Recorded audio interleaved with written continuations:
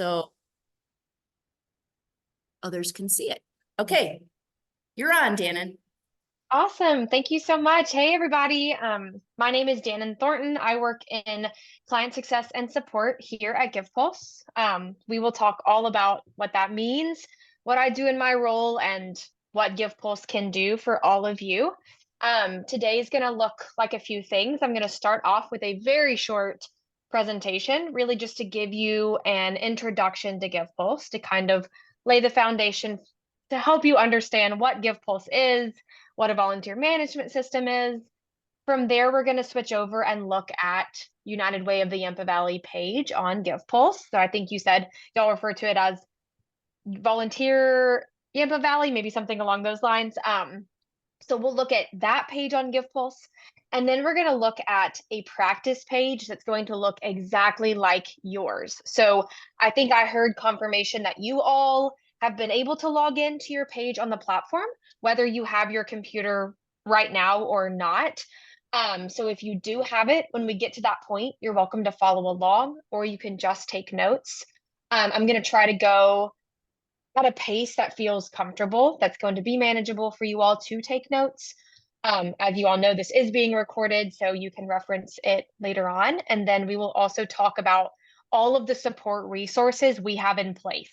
So when you leave this meeting and you're all jazzed up and you go back and you try to log in and do the thing I've taught you to do, and maybe you then just in that moment can't remember how to get to it, you'll know who to ask, where to go to find the information. So we have quite a bit to cover. We will definitely have time for questions at the end. And I mentioned this to Jen at the beginning, but it can be a little tricky in an auditorium setting for me to hear your questions if you say them aloud. So when we get to the question part, I may have Jen or somebody else nearby the computer kind of moderate to help me hear, just because if there's chatter throughout the room, it can be difficult for the speaker to hear. So with that, I can't see any of you, so I'm going to assume there are some thumbs up and that we're ready to get going. And I will just, if anything goes awry, awesome, thank you. That's perfect. I am going to go ahead and screen share. And again, we'll start off just with the brief presentation outlining GivePulse. So like I said, I work in client success and support. And like Jen said, I onboarded and am onboarding United Way of the Yampa Valley to the GivePulse platform.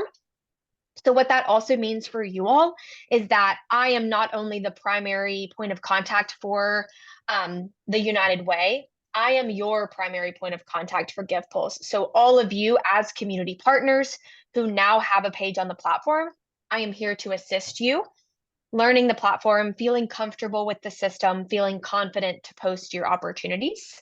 And again, we'll talk about some more specific support resources when we get more towards the end.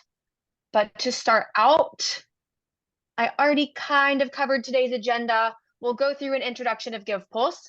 We'll look at features of your free page, what your affiliation with United Way of Yampa Valley means, how to get started, and then again, those support resources and questions.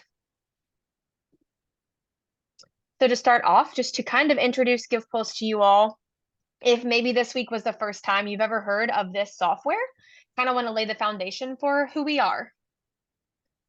GivePulse is a platform for organizations to list and manage volunteer events, as well as fundraisers.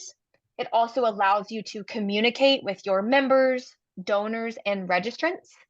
And then it is also used to collect and analyze data, which can include hours served, donations received, reviews, feedback, and more. If you remember nothing else today, remember this. GivePulse allows you to post and manage your volunteer events. We do a ton more than that, but that is the key thing to take away from today, is that your free page on this platform allows you to post and manage your volunteer events. We will get into how you do that today, as well as give you the tools to be able to assist you in the months to come. But just remember, that is what a volunteer management system is. So some of the GivePulse community, the types of organizations that we work with. So we work with K-12 schools and institutions of higher education. We work with corporations and city, county, government, municipality organizations, and then nonprofits of all kinds, including over a dozen United Ways.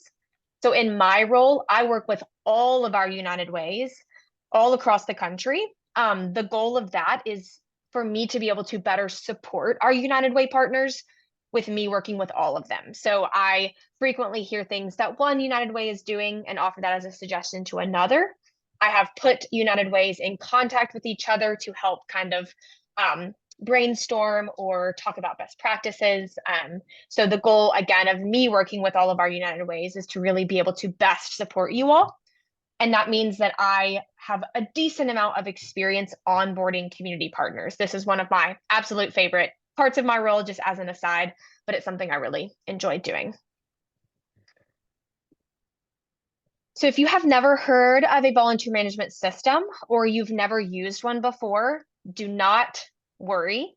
Like I mentioned, GivePulse can do a ton, but we're going to focus on the most important things for you all to be able to use it.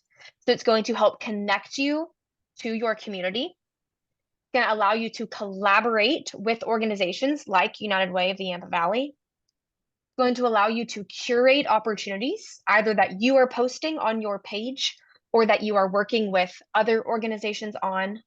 And then it's going to allow you to capture your volunteer information and capture any additional data. So as you all know, having the numbers, whether it's your volunteer numbers, the number of hours they've served, any additional data you all are able to collect in an easy way is going to help you streamline, to be able to pull those numbers, to be able to report those to your funders, all of the reasons that, we all need to collect this data. The goal is that GivePulse allows you to do that in a really simple and concise way. And we'll get into that a little bit later as well. So before we jump into looking at your page, we're going to review some of the key features of a page on the GivePulse platform. So I mentioned, if you take only one thing away from this meeting, it's that you can post and manage your volunteer events. So whatever kind of events you all are hosting, whatever types of volunteers you need, there's a way for you to customize that event on the platform. So you can create a one-off event if you are having a yard sale, for example, on one Saturday and you need volunteers for it, or if you have recurring opportunities. So if you need somebody to work in your clothing closet every single week, you can set it up to recur. Or if you just randomly are like, oh, we could really use volunteers right now, you can put out a call on your page. You can send a message to your users. You can manage your complex volunteer schedules. So if you do have recurring opportunities, events that happen once a week, once a month, you can set those up. And then lastly, we're not going to get too much into this today, but you also have the option to create a ticketed event. So if you are ever hosting a fundraiser or you have an event that someone needs to purchase a ticket for or claim a free ticket for, that's an option as well. But again, we're not going to focus on that today. We're going to mainly focus on creating these volunteer opportunities. So from the volunteer perspective, the GivePulse platform is incredibly beneficial for them as well. As a volunteer, they are able to explore opportunities in their area. They can search for opportunities by date of availability. They can search by area of interest or keyword. They can easily register and then get a confirmation and reminder emails, and then can also share and invite others to volunteer with them. So this system helps you as the nonprofit who is managing volunteers.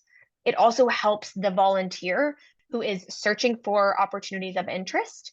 Again, it's going to help remind them of their upcoming shift and is going to allow the volunteer to track their hours, which a lot of people are doing for school, whether they're tracking hours for high school or for college or just for kind of anything else in between, GivePulse allows them to keep track of those hours.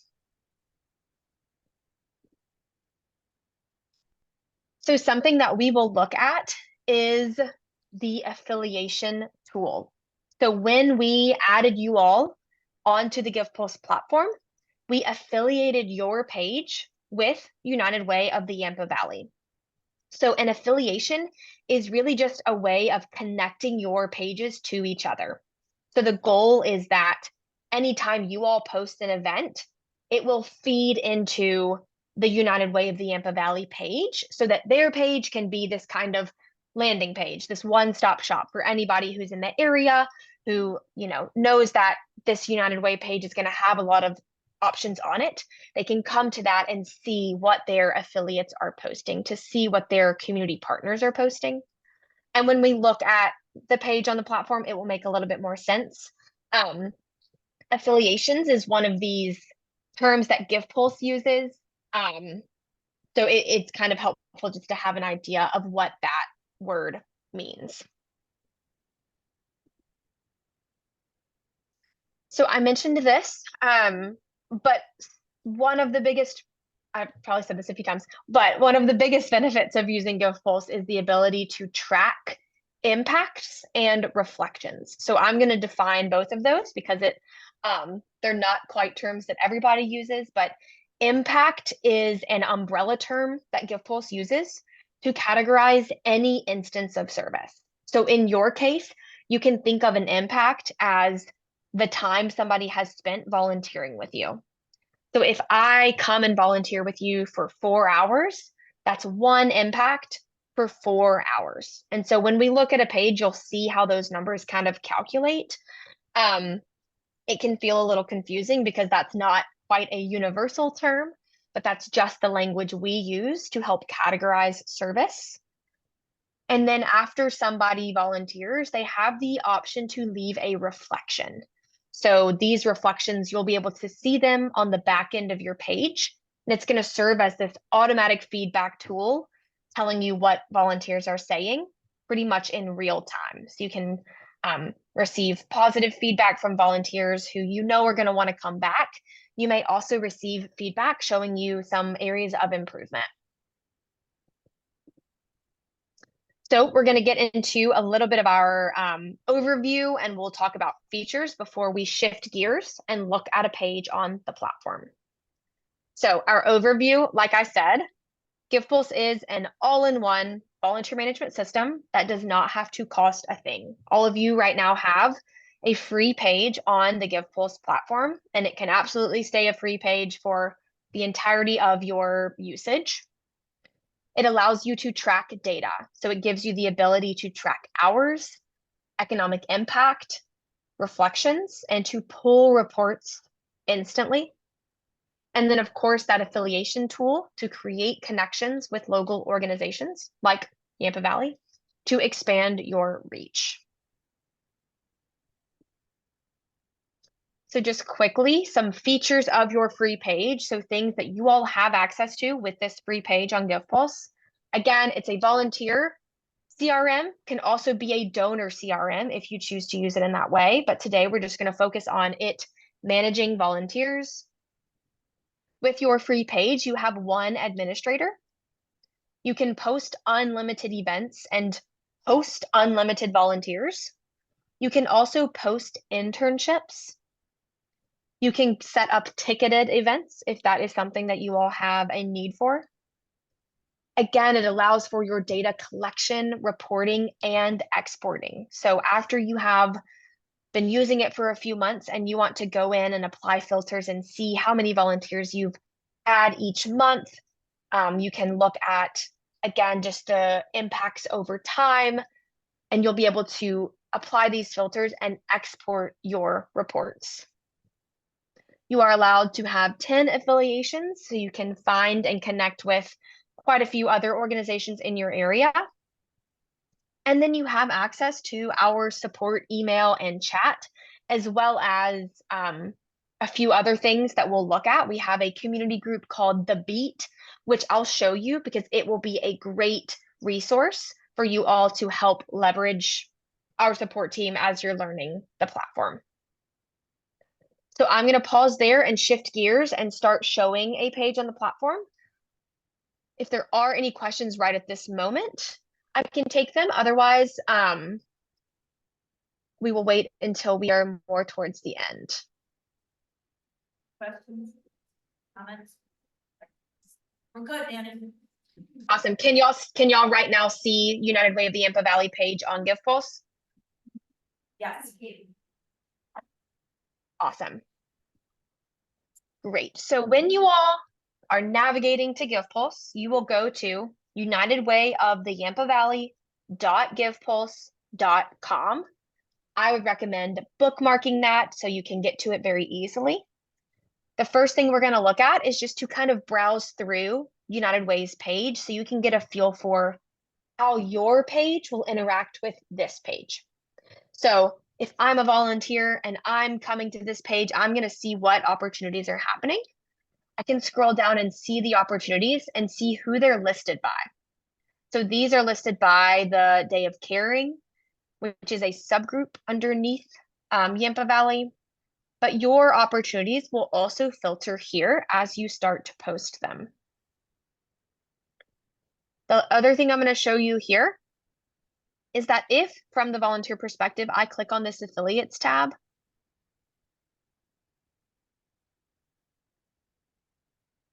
I'm going to see all of the organizations that have a community partner page. So this is probably going to be all of your pages that we're looking at right here. So you can see all of the community partners that are connected to Yampa Valley. And so that is how you can kind of think about these pages being connected to each other. I think of affiliates as peer pages.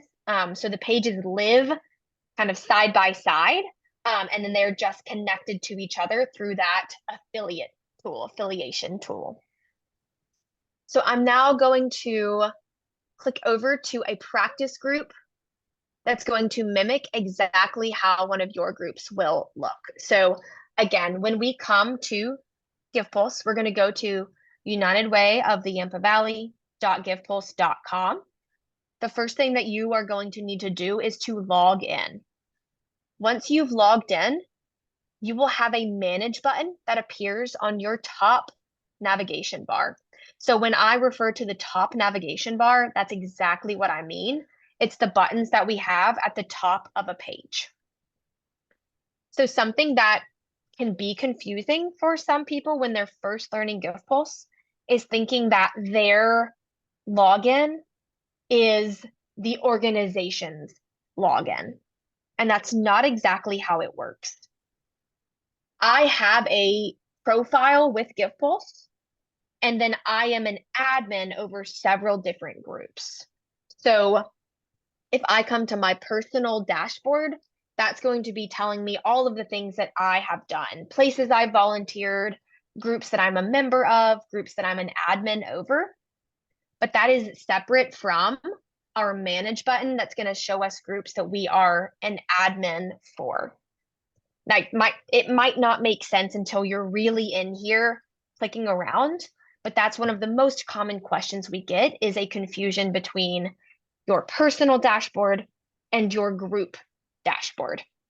And the reason it's like this is because, like I mentioned, someone can take on multiple roles within a bunch of different organizations. So I might volunteer with one organization and I might be the admin over a different organization. So that's why we have a personal profile and a personal dashboard, but then we also have an admin dashboard, which is what we're going to get into now.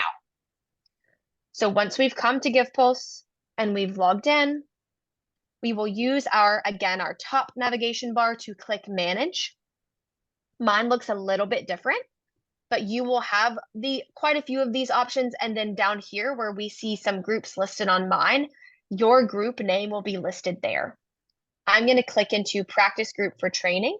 Pretend like that's your group you're clicking into. And when we click it, it will take us into our admin dashboard. So our admin dashboard is the back end of the page that we are managing. There's a bunch of stuff here. You won't need to focus on everything. I'm just going to show you a few highlights. And then this is something that you can spend a little bit of time playing around with to get a feel for the navigation. Practicing getting into your admin dashboard is going to be really helpful to make you feel more comfortable navigating to your page.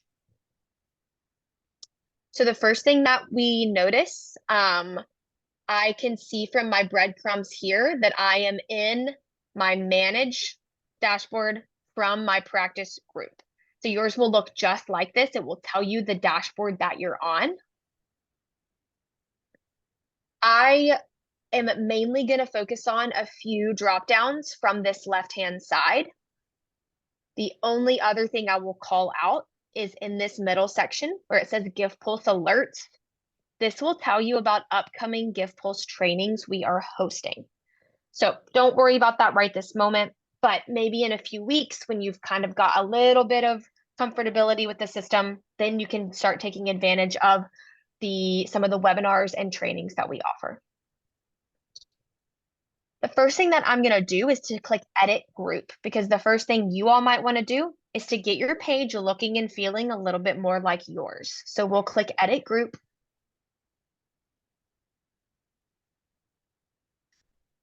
This is where we can edit the most basic information: the name, the admin, the description, the address. In addition, you could put in some search keywords if you wanted to add in a few, again, keywords, phrases that volunteers might use as they are searching for your group. So if you work with literacy, education, childhood development, etc., you could put those keywords here, and that could help somebody in your area looking for a place to volunteer. It could help enhance their search, basically. The next thing I'll do is click on this logos. This is where you can upload a square cover image, or excuse me, a square logo and a cover image. The cover image is a long and thin image, similar to a Facebook cover image. It's going to tell you the dimensions right here. And those are the dimensions that you'll want to use to produce the best image. If any of you utilize Canva, you can make custom dimensions and do an image that way. That's what I usually do. You could also do it in really in Google Sheets or Google Docs or something like that if you didn't have another kind of image generation tool.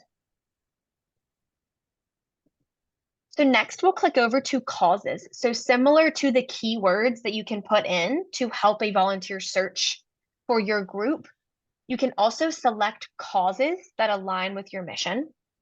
This is, again, going to help a volunteer when they are searching for opportunities. They can search by things they're interested in. So if I am interested in volunteering with literacy, I could search for that, and then organizations that have that selected, they will show up. So it's just a great way to be able to help put your opportunities basically in the laps of people who are interested in them. Similarly, we have sustainable development goals. These are not quite as widely used, but it's another great way to be able to select goals that your organization aligns with, and then people can use those to search for opportunities. From there, I'm not going to click through a ton of our customization options. That is something that I would implore you to look through. If you have any questions, you're welcome to follow up with me afterwards, but for the sake of time and kind of brain space today, we're just gonna look at our users, events, and impact. And depending on time, maybe a few more things, but if not, then we'll pause there and see what questions we have. So from my users dropdown, when we're thinking about our users, this is anybody who is interacting with our page. So we have a few options here. We can add a user. We can also import a list of users. So if you have a spreadsheet of 100 volunteers who have been involved with you for the past year, and you all are now maybe adopting a new system, you could import those users into the system so that they could begin logging in to GivePulse, registering for your opportunities here. If you have any questions about that, please let me know. You also don't have to do that. Once you have events posted, you could just send it out either through your newsletter, on Facebook, what have you, so you can have people become a user themselves instead of adding them in. So if we go to our Manage Users tab, right here, we're just going to see 2 people. So it's myself as well as a test user that I added in. But I just wanted to show you what this will look like as you have people begin interacting with this group. So a few key things to note here. Our actions dropdown can allow us to message users. So once you do have people here who have joined your group or registered, if you ever need to reach out to everybody, you can. It will come to the GivePulse internal messaging system, but it will also go to the email that they have listed. So if I were to message users, it would come to my GivePulse email. So that's really important to know. People might not be logging into GivePulse to check the email there, but that email will go to their email inbox. Once you do have people, if you've been using this for several months or several years, you can begin to filter to see who has volunteered over the past year, over the past different months. We won't really be able to apply any filter dates here now because this is kind of just a practice. But just know that there are lots of ways to be able to get the data that you want to see and then to export that data. So from this users dropdown, we click to manage users. So this is what we refer to as our manage grid. So we will start saying that. So if you hear that either today or if you watch any of our webinars and we are referring to the manage users grid, this is what we're talking about. From users, manage users. You will notice that from any manage grid, you have the option to export.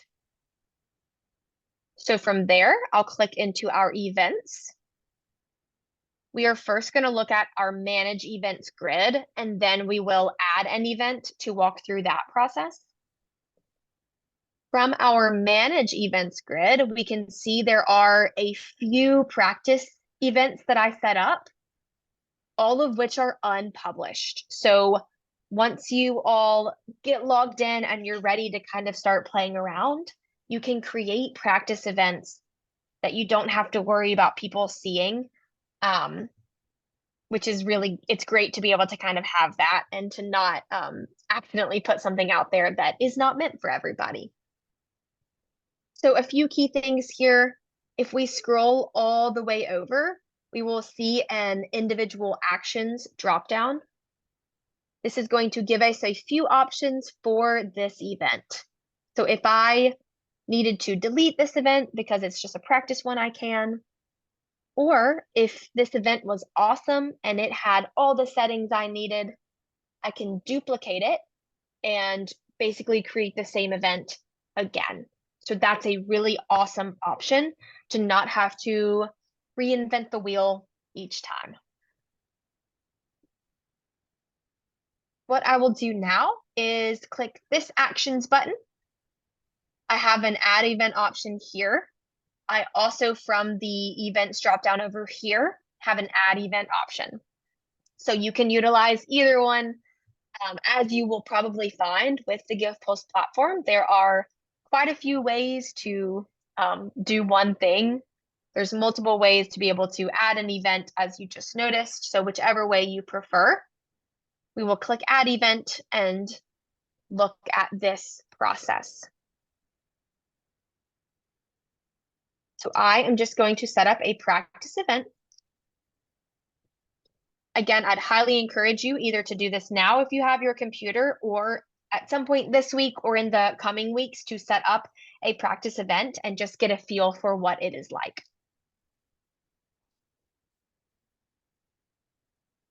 So we always have to have a title and a description. For our cover image, GivePulse gives you about 20 different options you can choose from, or it will give you the dimensions that you can use to upload your own. So again, if you utilize Canva or a similar software, you can create an image with the exact dimensions. Otherwise, you can just use one of ours. So I won't go through everything, but I will say that for the most part, you will be setting up volunteer event types. That's just, again, asking for volunteers. And we have a couple of options for the frequency. Single/one time means that it only happens on one date from one time. So for example, a Saturday event from 10 to 12, if that only happens on that one Saturday, there's no shift, it doesn't repeat, that would be single. If it happens over multiple days, or it happens one Saturday a month, or it happens one Saturday with a couple different shifts. So maybe you have a morning shift and an afternoon shift, that would be multiple. The last option that we have is an ongoing event. An ongoing event is not tied to a date or time. So it can either serve as kind of an interest form, or it's something that the volunteer can tell you, yes, I'm free to come, on this random date. It's not anything very specific. So that is an option as well. Keep in mind that an ongoing event will not show up on a calendar view because there's nowhere for it to live on a calendar because it's not on a certain date. So just keep that in mind.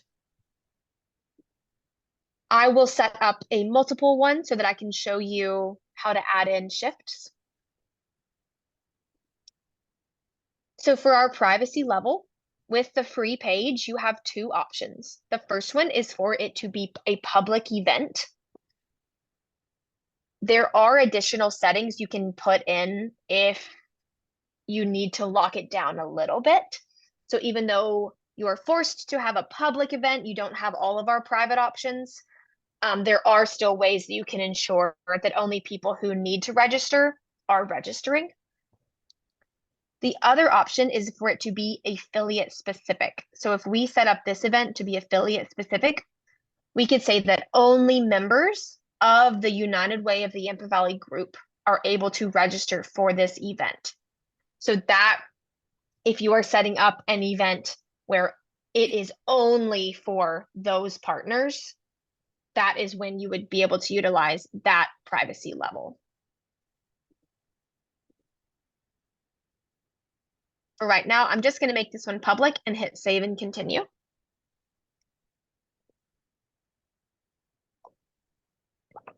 We won't spend too much time on this, but our details tab is what will allow us to add in our shifts. So this is my practice event, shift 1. I can tell it how many people I need, when it starts, and then if it repeats. So this is what could potentially save you a lot of time. If you do have an opportunity that repeats, maybe it happens monthly, every 1 month, on a certain day of the month or day of the week, and you can say how many occurrences it happens for. You could also say that it happens weekly, every 1 week, on however many days, after 3 occurrences. So if you all already know what types of events you are going to post and the frequency they happen, let me know and I can help you set these up. If you have no idea kind of what your volunteer schedule will be, that's a-okay. We can spend some time to think through them. You can always post something and take things away and delete it or modify it. So don't worry if you've never had maybe this rigid of a kind of volunteer schedule before. Whether you have or haven't, that's okay. You can have it set up in whatever way you need. So I'm just going to hit save and continue, and then we will see the shifts that I put in populate here. And so I can see the 3 shifts that I have. And I can also see different information about them. So a number of needed, how many registrations there are at this time, etc. Okay, for the sake of our time, I'm going to move into a few additional settings. I won't go through every single one of these, but I'll just touch on a few. You can set a registration open or close date. You don't have to. You can enable waitlisting in case your shifts fill up and you want someone to be able to add themselves to the wait list. You can also upload a document or waiver for the volunteer to sign off on as they are registering. So if they need to agree to your media policy or anything along those lines, you will upload it to your page. There's a documents section, and then you will select it here. And then you can also update how many event reminders your volunteers are getting. So the default is that they only get an event reminder 24 hours before. If you also want them to get a reminder 7 days before as well, that's my favorite is to have those two, but you can do whatever works best for your volunteer population. And then I will hit save and go through just a couple more things on our event creation. So I'm going to go through the registration form. The registration form is if you need to collect any additional information as someone is registering. So you will receive their name and email address, but if you need to ask any additional information, you can put that in here. As a free page, you have the option to have 5 what are called custom fields. So basically just 5 questions or prompts across all of your events. So that is something you'll need to keep in mind if you are asking your volunteers for information before they register. Thinking through what those questions are and making sure you're staying within that 5 prompt or question limit. Similarly, there is an impact form. So this is if you need to collect information after the event is over. So if you want to ask your volunteers how they liked it, if you want them to rate it on a scale of 1 to 10. So every time someone volunteers, they will receive a post-event email with a blank reflection box. These are going to be questions in addition to that reflection box. Most organizations just let the reflection box serve as the place to gather feedback. But if you want to add in additional questions, you can. But just keep in mind that will take away some of those 5 custom fields that you all have access to. Now, I did not go through every single piece of event creation. We do have some really great event creation support resources that I will send over after. But again, for the sake of time, we are going to backtrack and talk about a few additional things before we answer questions. So I mentioned this earlier, but from any page that we are on, we can see how we got there. I can see that I am currently updating the practice event, which means that I'm in my events, and I can click on practice group for training to backtrack to my admin dashboard. The 2 other things that we are going to look at here first are our impacts. So I can see I have a red flag telling me something needs my attention. So again, when we're thinking about impacts, these are any instance of service.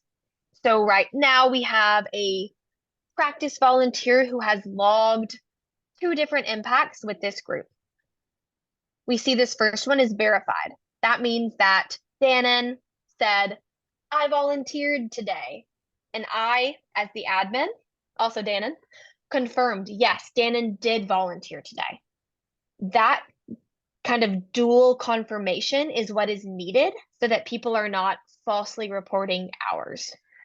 So as the volunteer, they confirm on their end that they volunteered. The admin also needs to confirm that the volunteer was there. So there are a few ways I could see the pending impacts that we have. I can click here in this little flag, or I could filter here by pending. And I can see that Dannon said that she volunteered for 5 hours yesterday, and I can see her practice reflection. I can use this individual actions to verify it if that was real, or to dispute it if that was actually not the amount of time Dannon volunteered, or maybe Dannon actually didn't volunteer at all. Something that's really great, if we had multiple impacts here that were all pending, we could select all of them and utilize our bulk actions to verify selected. So you don't have to do it one by one.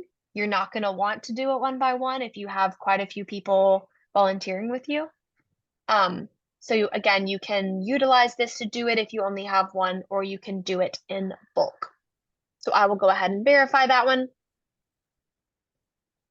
And then we will be able to see that we have no more pending impacts. And once it updates, our little red flag will go away. The last thing that I'll show here before we pause and open it up for questions and talk about support resources is from our network. From here, I'm going to click Manage Affiliations, and I will see the one affiliation that this group has with United Way of the Yampa Valley. I can see that it's approved, and I can tell that we have it set up to where their events are not showing up on my page, but our events are showing on their page. Now that might feel a little confusing, but basically you want your events to be sent over to the Yampa Valley page so that anyone who's going there can see what your community partner is posting. But you probably don't want all of the events that Yampa Valley is posting to show up on your page. Because if someone is navigating just into your nonprofit's page, they want to see your events. You don't want them to also see everybody else's. But again, from the Yampa Valley page, them acting as a landing page, they are going to show everything. You can also, if you would ever need to update how the events are showing or to cancel an affiliation, you can do that here. This is also somewhere that you could browse additional groups in your area if you want to see other organizations to potentially affiliate with. If you click the add affiliation, it will show you other organizations in your area that you might be interested in affiliating with.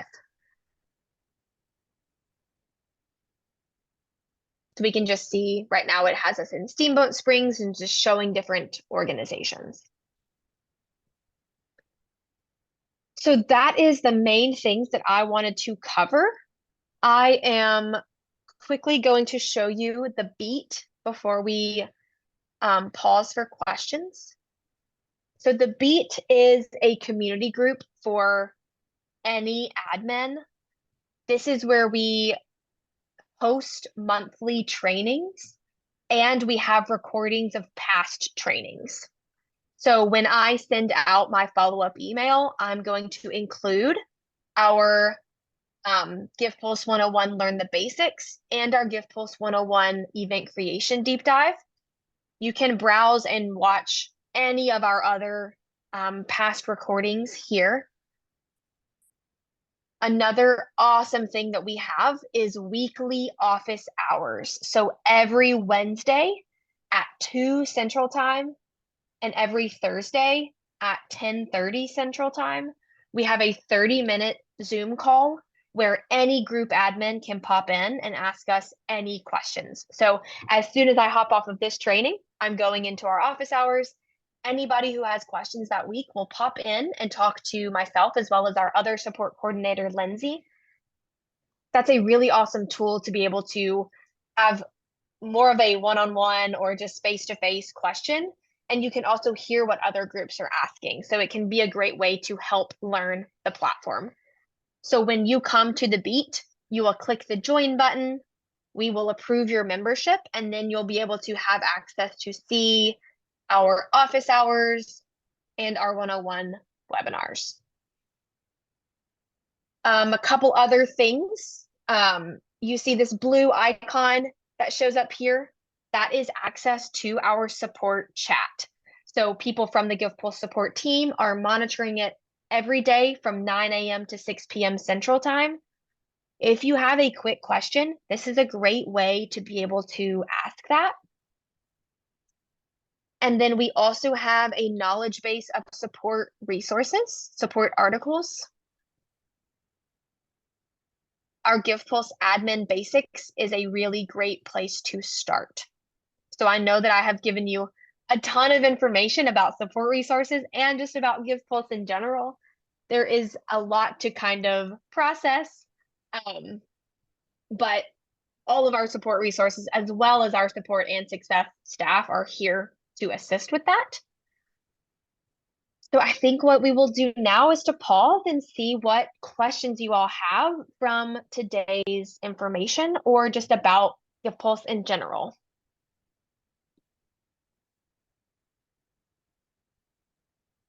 No questions? I don't know if that's good or bad. Surely there's got to be some. One. So I missed where to find the beat and those office hours. I missed where to find the Beat and the office hours. Yep, no worries at all. I will send that link to you all afterwards. It's going to be kind of hard to get there on your own. So I will send you the link in a follow-up email. Any other concerns about this? Is it? Yes.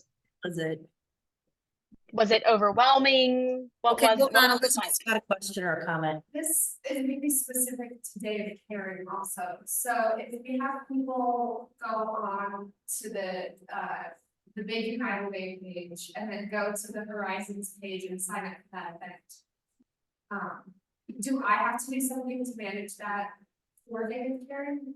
No, you do not. Okay. Question was about Day of Caring. I registered all the events for Day of Caring for every organization that put in a form. So I would be managing all of that part of it. The thing that would be really helpful to me is if you would just encourage your volunteers or people that you connect with in the community that want to sign up for a Day of Caring project, that you encourage them to create that profile and go on there, because that's what's going to give United Way all the data we need to report back. Because we can report all those and record all those impact hours. And if anyone's not registered in the system, it's just harder for us to pull all that data together. So that's the biggest help for us, but I will manage Day of Caring. This page is for other events that you may have that you'll need volunteers for. So you have 2 pages going on right now. If you registered your account, you have your own page. She's created the Day of Caring page for you. A subgroup page Yeah. for you, just specifically No worries. for that Day of Caring. You guys have nothing to worry about for that, but you can look and see like your logo and make sure the logos are a little hard to upload, so some of them don't look quite right, and I apologize for that, but I was trying to get them on there, and the sizes just weren't matching up, so you could see like part of some people's logo, and I apologize for that. If you want to fix it, just send her the file. You can send me a new logo. Yep, absolutely. So then,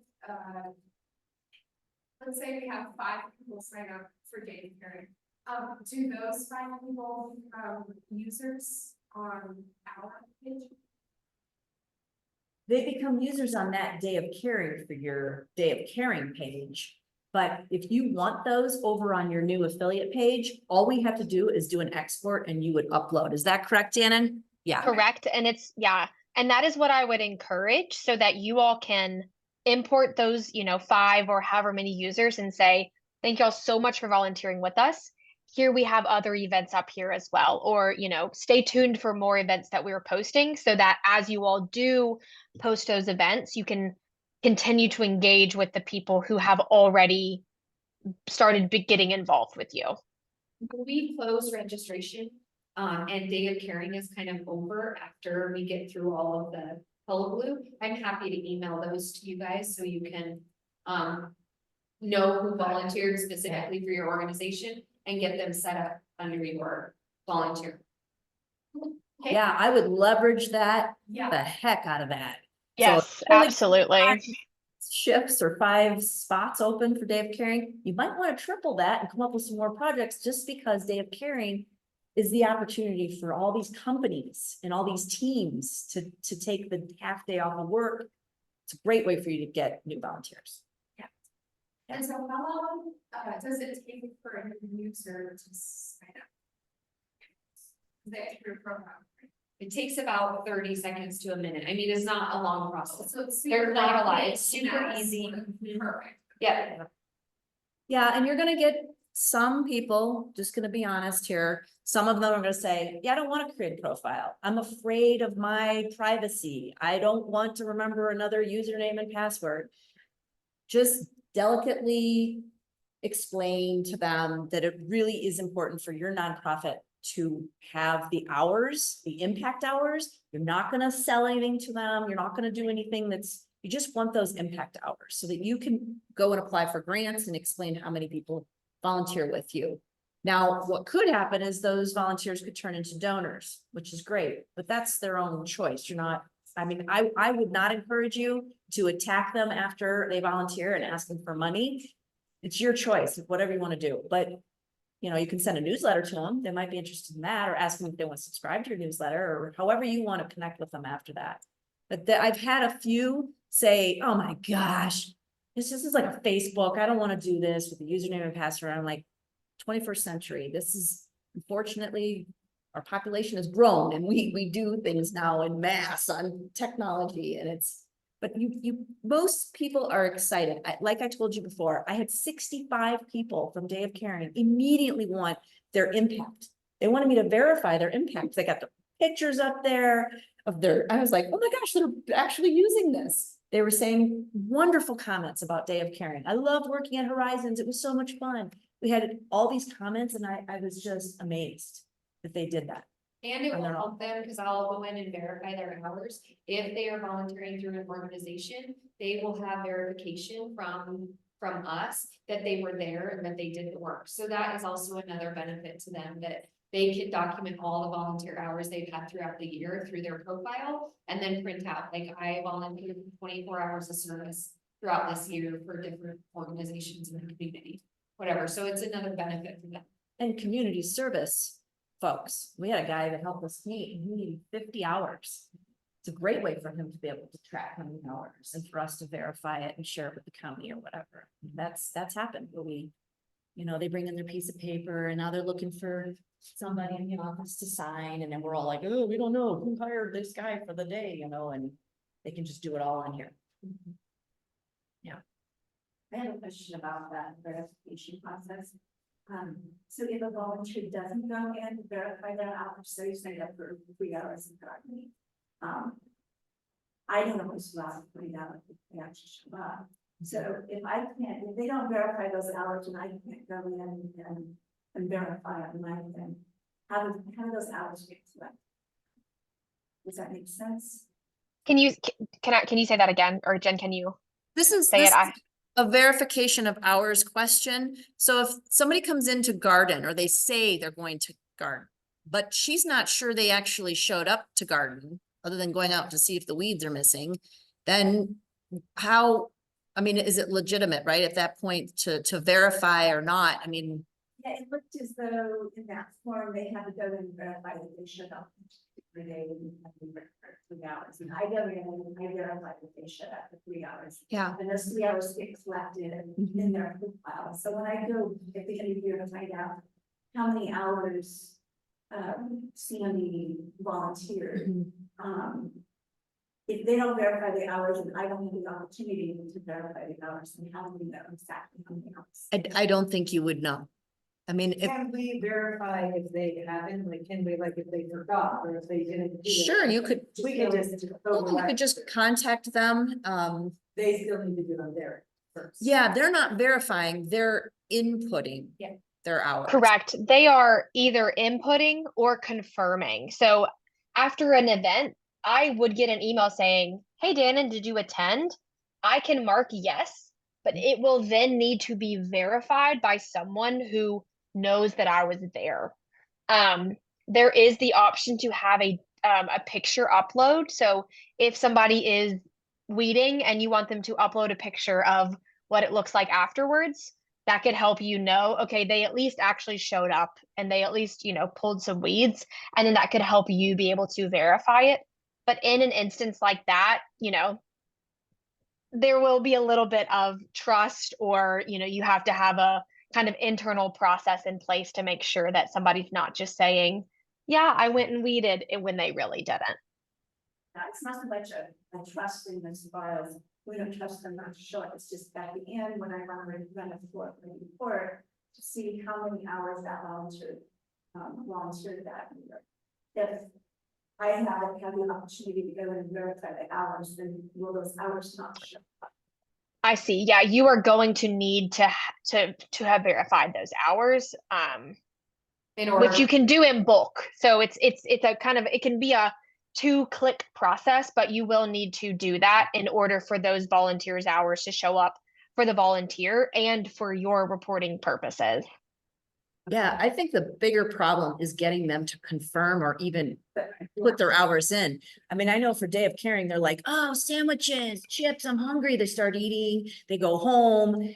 We never hear from them again, and they didn't actually go in. They didn't create a profile. They just showed up that day. And then we're like, oh no, how many of those 10 of them maybe didn't do it? And so we don't get credit for that. We can't at the end of the year pull the report and go, we had this many volunteers this year. It's going to be less. So encouraging them to create that profile, get in there, choose their shift, sign it up, do their shift, come back, confirm their hours, encourage them to do it, either one-on-one or send out an email and say, did you volunteer today? Could you please go in and confirm your hours? Is there an auto, Dannon, is there an auto email that goes to them after the shift is done? Yeah. Mm-hmm. And then if you all you can sign volunteers in either on the desktop or on the app, which is going to help eliminate that initial post of an email. So when you show up to volunteer, if I say, click, Dannon was here, then it's going to automatically know I was there. And then the only email I'm going to get is asking me to leave that optional reflection.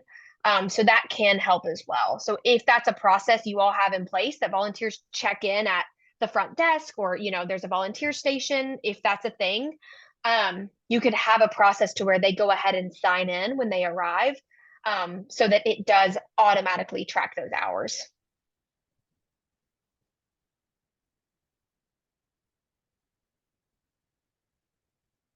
Any other questions? Yeah, go ahead.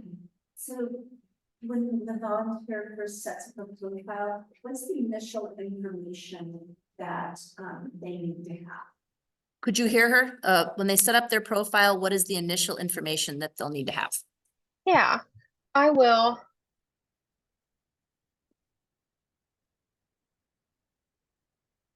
I'm going to try to get this pulled up so y'all can see. Okay. So I have pulled it up like I've never had an account before. So I have a couple of options. I can sign up with Facebook or Google.